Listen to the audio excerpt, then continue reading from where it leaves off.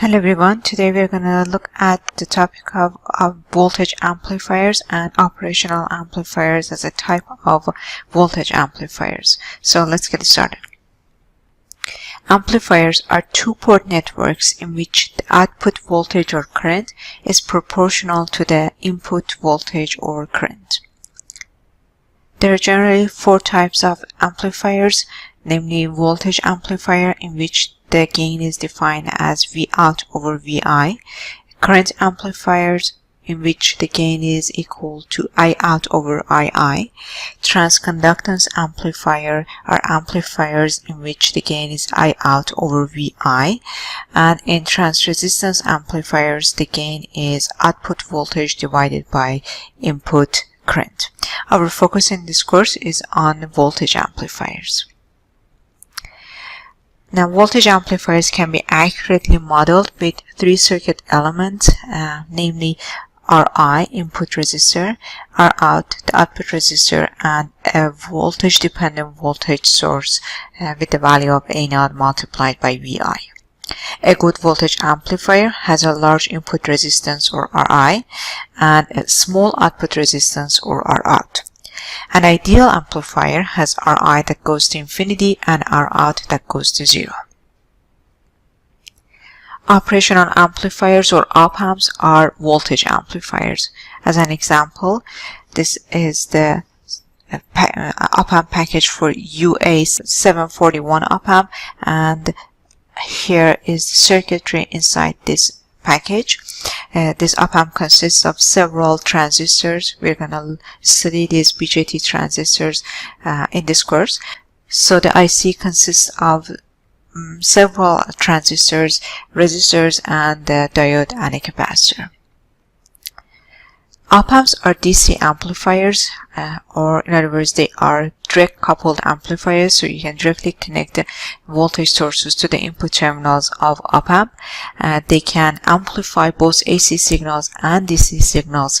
They have very large gain, typically in the range of 10 to the power of 5 to 10 to the power of 6, and they have high input impedance, generally greater than 10 to 100 mega ohms, and they have low output resistance or less than 100 ohms. So the abstract model for op-amp is this triangular shape. It has two input terminals. This one is the negative terminal or the inverting terminal, and this one is the non-inverting terminal or the positive terminal. And here is where I get the output of my amplifier or op-amp. So to be able to turn on the op-amp, we need to connect it to external power supplies, plus Vs and negative Vs. And op-amps are constructed as a difference amplifier. The output signal in these op-amps is proportional to the difference between two input signals. In other words, Vout equals to A0 multiplied by Vd, which is A0 multiplied by Vp minus Vn. Linear model of op-amp consists of an input resistance that's connecting the two input terminals of op-amp, output resistance, and a voltage dependent voltage source. Because Ri is very large and Ro is very small, in the ideal model of op-amp we can assume that Ri goes to infinity and Rout goes to 0. That means there is an open circuit between two input terminals of op-amp. Which brings us to the first golden rule of op-amps that states in ideal op-amps, both IN and IP are almost equal to 0, so there is no current flowing into the input terminals of op-amp. So another important feature of op-amp is that op-amp will be in saturation without negative feedback because the gain is very high. So if you do not have any feedback, if you use op-amp just alone with by connecting two input signals to the input terminals of op-amp, it's not going to operate as a linear amplifier. And the reason is that let's consider an example. Say that the open loop gain is 10 to the power of 5 and Vsat is 15 volts. Vsaturation is the maximum output voltage that you can get from this op-amp. Vsaturation is going to be slightly less than positive Vs, and from the negative side slightly above a negative Vs value. So Vout is not going to exceed a V saturation value, and that's the maximum voltage that you can get at the output of this op-amp. Now with this Vsat of 15 volts and the gain, open loop gain of 10 to the power of 5, because I know that Vd equals to Vout over A0, I want to find the maximum Vd value. What is the largest signal difference of the input signals that I can amplify? And if you replace Vout with the maximum, with its maximum value, which is 15 volts, and this is 10 to the power of 5, you're going to end up with 150 microvolts. Say that this Vp is 0, or I'm connecting the positive terminal to the ground, and this is my input signal that's applied to the inverting terminal.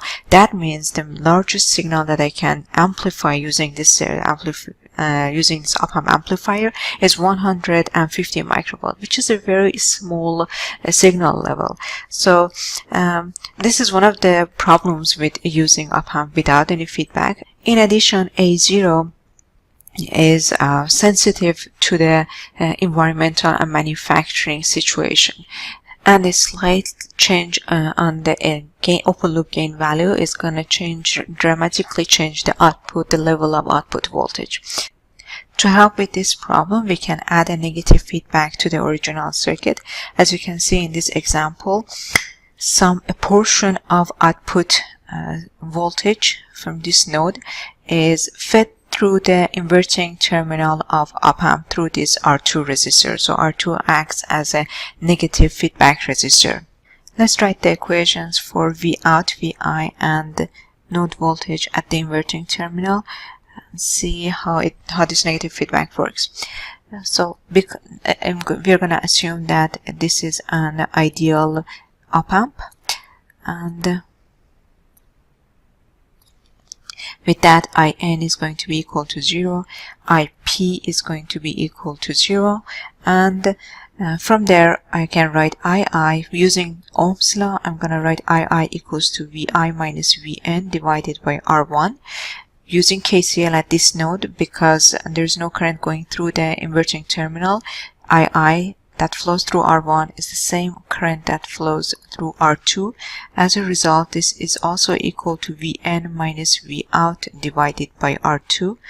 Let's rearrange this one. I'm going to have Vi over R1 plus Vout over R2 equals to 1 over R1 plus 1 over R2 multiplied by Vn, or that's equal to R1 R2 multiplied by R1 plus R2 divided by R1 R2 multiplied by Vn.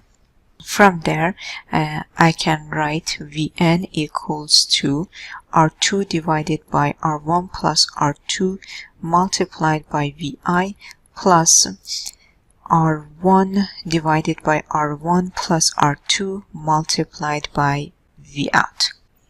Now, if Vout increases, that's going to cause Vn to increase.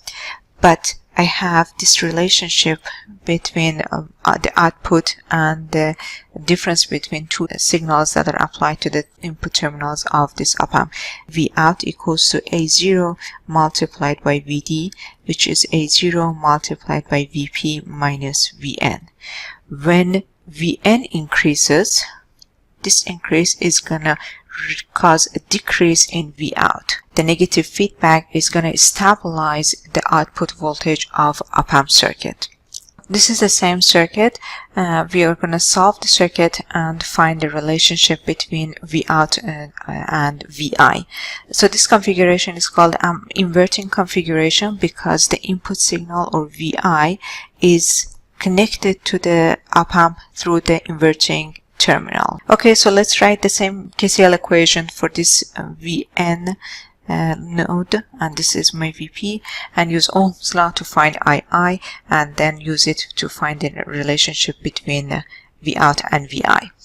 So again, I'm going to assume ideal op-amps. I'm going to assume that this is an ideal op-amp. For that reason, In is going to be equal to 0, Ip is also going to be equal to 0.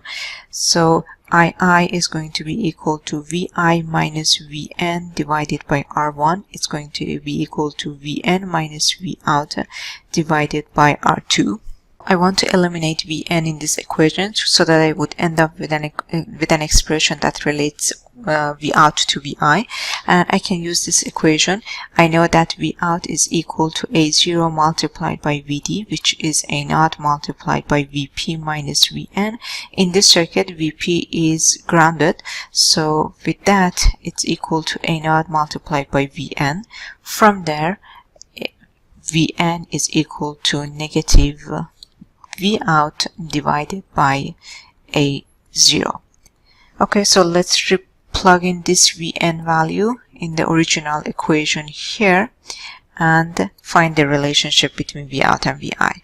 So I'm going to write Vi over R1 plus Vout over R1 multiplied by A0 equals to so negative Vout divided by R2 times A0 minus Vout divided by R2. Let's rearrange the coefficients that are related to Vi in one side and bring the coefficients that are related to Vout to the other side. That's going to give me Vi over R1 equals to negative of 1 over R1 times A0 plus 1 over R2 times A0 plus 1 over R2 times Vout. With some further simplification, you're going to have Vout over Vi equals to negative R2 over Ri divided by 1 plus 1 over A0 multiplied by 1 plus R2 over R1. Okay, now because A0 is a very large number, if this quantity here, 1 plus R2 over R1, is much smaller than A0, then you can assume this value to be equal to 0 compared to 1, and then you can write the gain is equal to R2 over R1. Good. So as you can see here, the gain of this amplifier's op-amp circuit, or the ratio of Vout over Vi is a finite value that's equal to negative R2 over R1.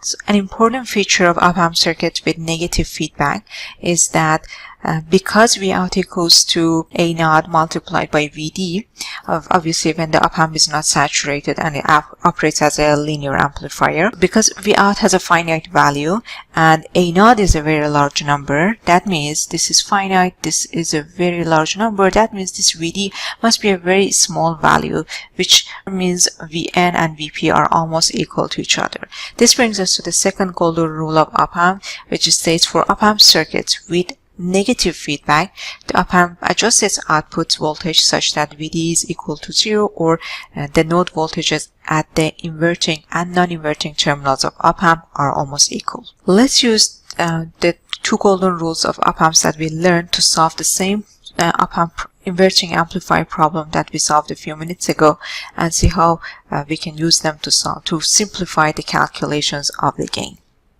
Again, we're going to assume that we are using an ideal op-amp. That means In is almost equal to Ip, that's equal to 0, so no current flows into the input terminals of op-amp. This is Vn and this is Vp. So I'm going to again write II equals to Vi minus Vn divided by R1, that is equal to Vn minus Vout divided by R2. Now, using the second golden rule of op-amps, because we have negative feedback that you can see through this resistor here, Vout is connected to the negative or inverting terminal of output, so we have negative feedback. And now, because of the presence of negative feedback, using the second golden rule of op-amps, Vn is equal to almost equal to Vp, and because Vp is equal to 0, the positive terminal is connected to the ground, Vn is also going to be equal to 0, so I'm going to plug in 0 in here and here, and from the original equation I'm going to have VI over R1 equals to negative V out over R2. From there, V out over VI is going to be equal to negative R2 over R1, which is the same result that we had before using the longer way of calculating, finding the gain of this amplifier circuit. So the other thing to pay attention to is in this circuit is the gain, is that the gain has a negative sign. That means the input has a pi phase shift with respect to the output, or the output has a pi phase shift with respect to the input, and it's an inverting amplifier. Let's quickly take a look at the input and output resistance of this inverting amplifier configuration. Per definition, Ri is defined as Vi over Ii. This is the current that flows through R1. So and because I have negative feedback again in here, output is connected to the inverting terminal of input through this R2 resistor, and Vp is 0, so Vn is going to be equal to 0. From there I can write Ii equals to Vi minus 0 divided by R1. From there it's equal to Vi divided by R1. As a result, Ri is going to be equal to R1. So the input resistance of this amplifier circuit is equal to R1. The input resistance of op-amp itself is infinity. And in this circuit, the total circuit, the input resistance of the total circuit is equal to R1. How about Rout? Because the output is taken from the two terminals of an ideal voltage source without any internal resistance, Rout is equal to 0 in here for the op-amp itself. Because output is taken from two ends of the ideal voltage source, Rout is going to be equal to 0 in this circuit. So in summary, we looked at operational amplifiers, the concept of negative feedback in op-amp circuits, and solved the voltage gain in the inverting op-amp circuit. Thank you for watching.